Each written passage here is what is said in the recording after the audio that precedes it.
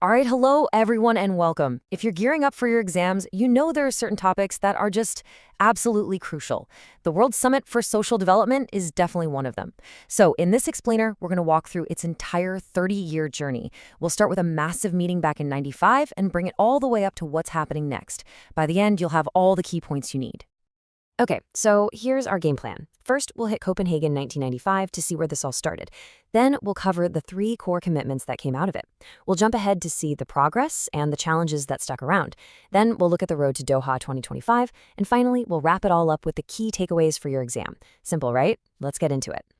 All right, so let's start our journey back in 1995 in Copenhagen. Now, this wasn't just some run-of-the-mill conference. No way. This was a huge deal, a truly historic summit that completely changed the game for how we think about social development. It basically laid the foundation for everything that's come since. And to give you a sense of just how big this was, 117.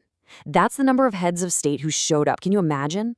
It was, at the time, the largest gathering of world leaders in history.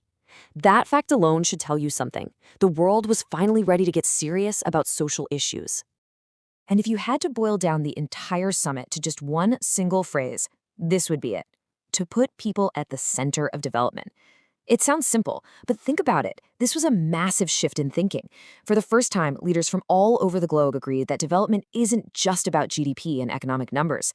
It's about people. It's about their well-being. A total game changer.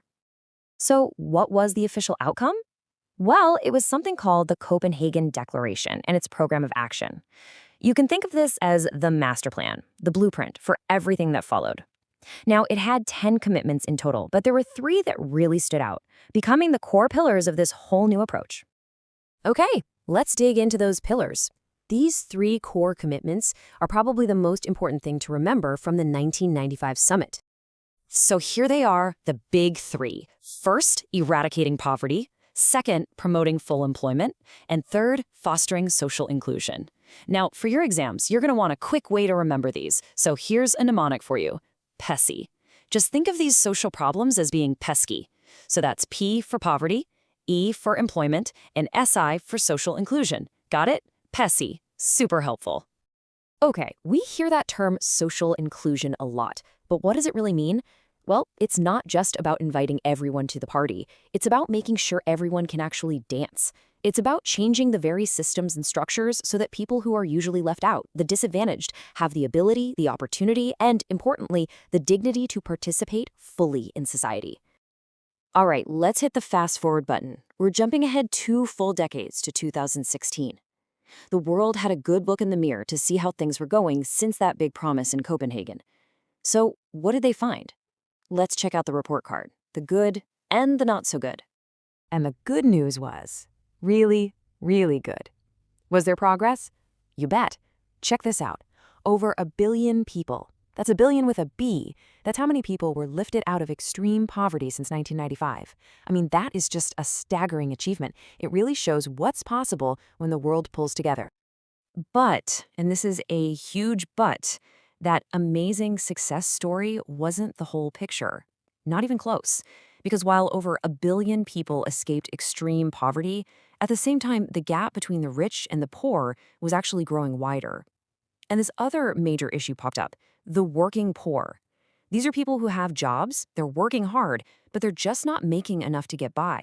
A huge, persistent problem. And speaking of jobs, this chart really puts the challenge into perspective. The world needed to create 600 million new jobs by 2030. That breaks down to 40 million new jobs every single year. Just think about that scale. It's not just about finding jobs for people who are unemployed now. It's about keeping up with a constantly growing population, a monumental task. And this quote right here, from the representative for the Group of 77 developing countries in China, it just nails the mood back in 2016. They weren't saying nothing happened. No, they acknowledged the progress. But the key phrase is deep concern over the uneven progress. The feeling was that the benefits just weren't reaching everyone. The system was still leaving far too many people behind. Okay, so that brings us pretty much up to the present day. We've seen the big promises of 1995 and the mixed report card from 2016. So what's next? Well, all eyes are now on the road to Doha 2025. This timeline gives you the whole story at a glance. You've got 1995 in Copenhagen, which set the original vision.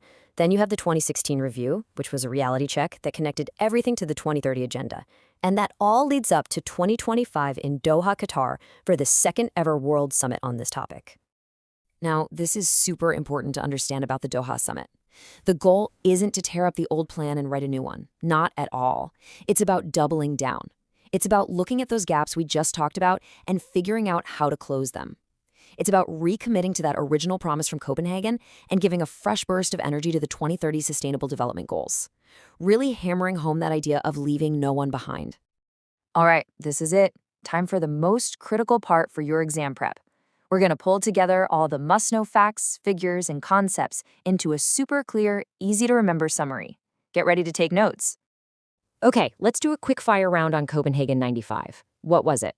The World Summit for Social Development. Where? Copenhagen. Scale? Massive. 117 leaders. What was the core idea? Putting people at the center of development. The outcome? The Copenhagen Declaration. And those three pillars? You got it. P.S. Poverty eradication, employment, and social inclusion. Lock that in. Next up, the 2016 review. Think of it like this. What was the biggest win? Over 1 billion people helped out of extreme poverty. Awesome. What was the biggest challenge? Uneven progress and rising inequality. Now, for the key data points you need to remember.